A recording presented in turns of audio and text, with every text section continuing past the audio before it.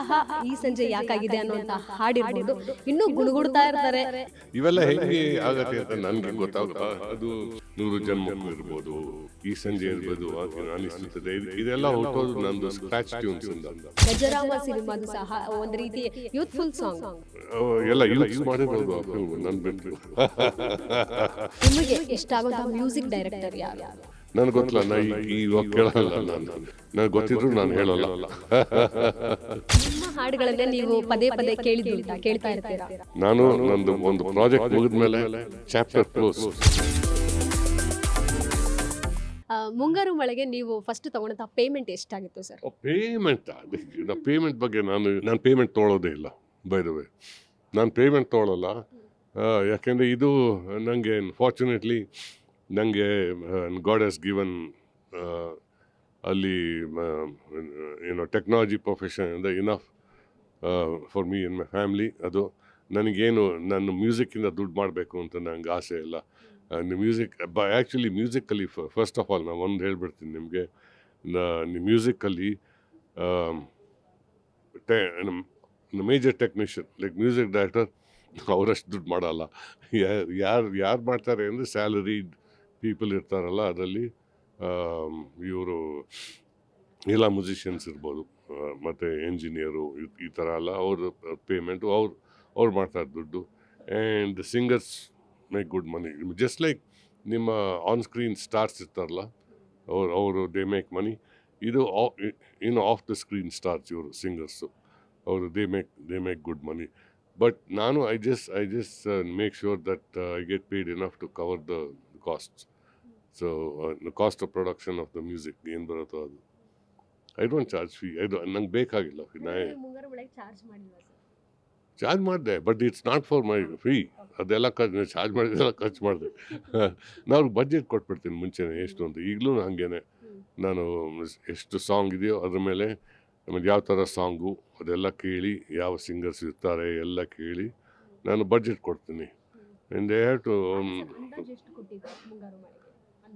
ಆ ಟೈಮಲ್ಲ ಎಲ್ಲ ಸಿಂಗರ್ಸು ಎಲ್ಲ ಸೇರಿ ಬ್ಯಾಕ್ಗ್ರೌಂಡ್ ಎಲ್ಲ ಸೇರಿ ಒಂದು 32 ಲಕ್ಷ ಆಗಿತ್ತು. 32 lakhs. ಸೊ ಆವಾಗ ತುಂಬ ಜಾಸ್ತಿ. 32 ಲಕ್ಷ ಆ ಟೈಮ್ಗೆ ತುಂಬ ಜಾಸ್ತಿ. ಸೊ ಬಟ್ ಅಫ್ಕೋರ್ಸ್ ಅದು ಎಲ್ಲ ಸಿಂಗರ್ಸ್, ನೀವು ಟಾಪ್ ಸಿಂಗರ್ಸ್ ಯೂಸ್ ಮಾಡ್ಕೊಂಡು ಹಂಗೆ ಎಲ್ಲ ಮಾಡಿದಾಗ ಹಂಗಾಗೆ ಆಗುತ್ತದು. ಇದು ಸರ್, ನಿಮಗೆ ಇಷ್ಟ ಆಗುವಂತಹ ಮ್ಯೂಸಿಕ್ ಡೈರೆಕ್ಟರ್ ಯಾರು ಈಗಿನ ಜನ್ರೇಷನಲ್ಲಿ? ನನಗೆ ಗೊತ್ತಿಲ್ಲ, ನಾ ಇವಾಗ ಕೇಳಲ್ಲ. ನಾನು ಇವತ್ತಿನ ಮ್ಯೂಸಿಕ್ ನಾನು ಅಷ್ಟೊಂದು ನಾನು ಕೇಳಲ್ಲ. ಬಟ್ ಐ ಆಮ್ ಶ್ಯೂರ್ ತುಂಬ ಜನ ಒಳ್ಳೆ ಮ್ಯೂಸಿಕ್ ಡೈರೆಕ್ಟರ್ಸ್ ಇದ್ದಾರೆ. ನನಗೆ ಗೊತ್ತಿದ್ರು ನಾನು ಹೇಳಲ್ಲ. ನಿಮ್ಮ ಹಾಡುಗಳನ್ನೇ ನೀವು ಪದೇ ಪದೇ ಕೇಳಿದ್ದುಂಟಾ, ಕೇಳ್ತಾ ಇರ್ತೀರಾ? ನಂದು ಒಂದು ಪ್ರಾಜೆಕ್ಟ್ ಮುಗಿದ್ಮೇಲೆ ಚಾಪ್ಟರ್ ಕ್ಲೋಸ್ಡ್ ಅಷ್ಟೇ. ಅದನ್ನ ಸೈಡ್ ಇಟ್ಬಿಡ್ತೀನಿ. ಆ ಸಾಂಗ್ ತಿರ್ಗಾ ಕೇಳೋಕೆ ಹೋಗಲ್ಲ. ಯಾವಾಗ ಆ ಸಾಂಗ್ನ ಕೇಳಲೇಬೇಕು ಅಂದರೆ ನಾನು ಕಾನ್ಸರ್ಟ್ಸು ಯಾವ್ದಾದ್ರು ಕಾನ್ಸರ್ಟಲ್ಲಿ ಪರ್ಫಾರ್ಮ್ ಮಾಡೋವಾಗ ಸೆಟ್ ಲಿಸ್ಟಲ್ಲಿ ಆ ಸಾಂಗ್ ನಾನು ಇಟ್ಕೊಂಡಿದ್ರೆ ಅಫ್ಕೋರ್ಸ್ ಕೇಳ್ತೀನಿ. ಇನ್ನು ನಿಮ್ಮ ಮನೆಯಲ್ಲಿ ಸಾಂಗ್ಸ್ ಏನಾದರೂ ಹಾಕ್ತಾ ಇರ್ತಾರಾ? ನಿಮ್ಮ ಸಾಂಗ್ಸೇ ಹಾಕ್ತಾ ಇರ್ತಾರಾ?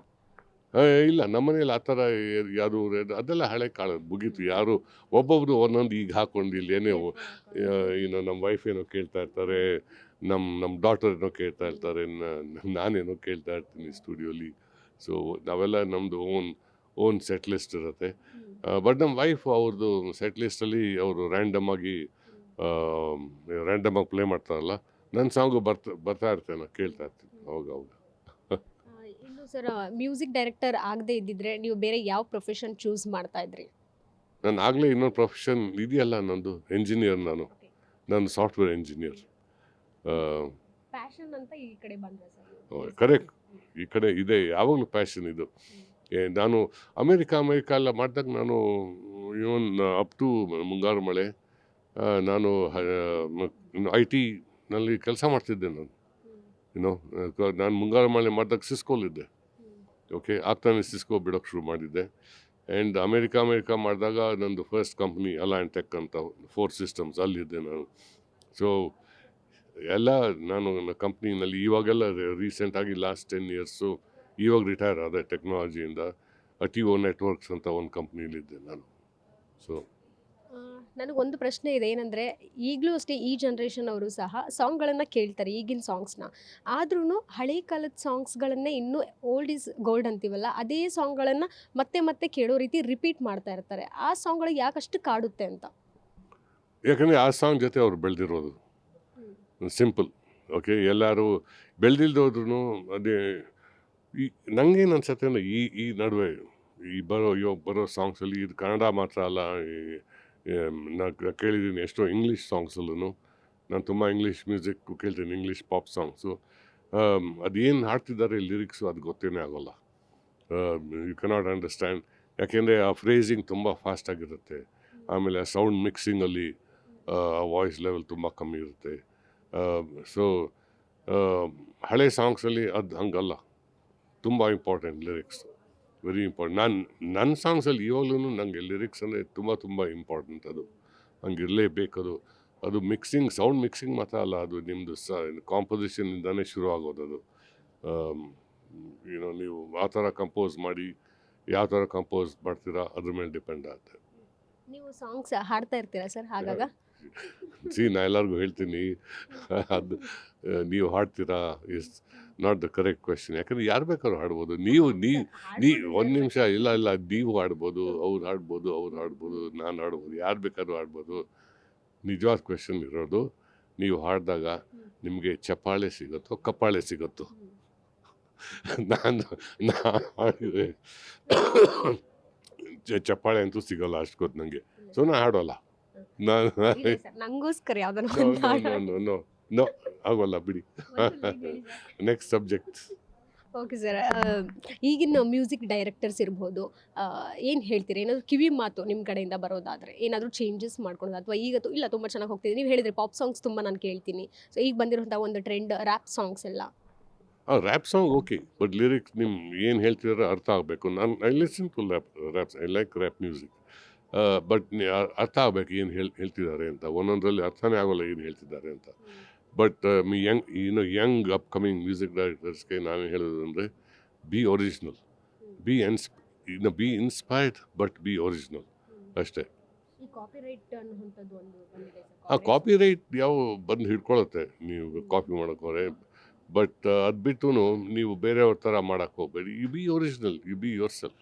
ಯು ಗೆಟ್ ಇನ್ಸ್ಪೈರ್ಡ್ ಬೈ ನೀವು ಬೆಳೀತಿರೋವಾಗ ಏನು ಕೇಳ್ತಿದ್ರೋ ಅಥವಾ ಇವಾಗ ನಿಮ್ಗೇನು ಇಷ್ಟ, ಅದು ಇನ್ಸ್ಪಿರೇಷನ್ ಮೇಲೆ ನಿಮ್ಮ ರೀತಿಯಲ್ಲಿ ನೀವೇನು ಇನ್ಸ್ಪೈರ್ ಆಗಿದ್ದೀರೋ ನಿಮ್ಮ ರೀತಿಯಲ್ಲಿ ಕ್ರಿಯೇಟ್ ಮಾಡಿ.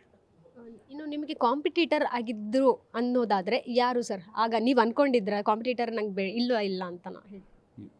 ಇದು ಕ್ರಿಯೇಟಿವ್ ಆರ್ಟ್ಸಲ್ಲಿ ಕಾಂಪಿಟೇಷನ್ ಅಂತ ಇಲ್ಲವೇ ಇಲ್ಲ. ಯಾಕೆಂದರೆ ಎಲ್ಲರೂ ಅವ್ರದ್ದೇ ಓನ್ ಸ್ಟೈಲ್ ಇರುತ್ತೆ.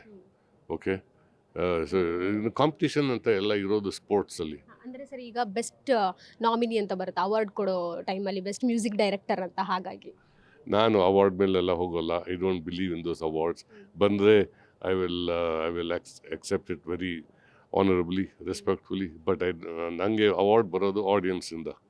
ಓಕೆ, ಆಡಿಯನ್ಸ್ ನಿಮ್ಮ ಸಾಂಗ್ನ ಇಷ್ಟಪಟ್ಟರೆ ಅವ್ರು ನನಗೆ ಅವಾರ್ಡ್ ಕೊಟ್ಟಿದ್ದಾರೆ. That is the most important thing, the only thing that counts. Thank you so much sir. ಇನ್ನಷ್ಟು ಒಳ್ಳೆ ಹಾಡುಗಳನ್ನು ಆಲ್ರೆಡಿ ಕೊಡ್ತಾ ಇದ್ದೀರಾ, ಕಂಟಿನ್ಯೂ ಮಾಡಿ ಸರ್. ಥ್ಯಾಂಕ್ ಯು, ನಮಸ್ತೆ. ಸೊ ಇದಿಷ್ಟು ನಮ್ಮ ಸಂಗೀತ ಮಾಂತ್ರಿಕ ಅಂತ ಹೇಳಬಹುದು ಮನೋಮೂರ್ತಿ ಅವರ ಮಾತಾಗಿತ್ತು. ಕ್ಯಾಮ್ರಾ ಪರ್ಸನ್ ಅಜಯ್ ಜೊತೆ Keerthi Patil, guarantee news, Bengaluru. Guarantee news, ಸುದ್ದಿ ಖಚಿತ, ನ್ಯಾಯ ನಿಶ್ಚಿತ.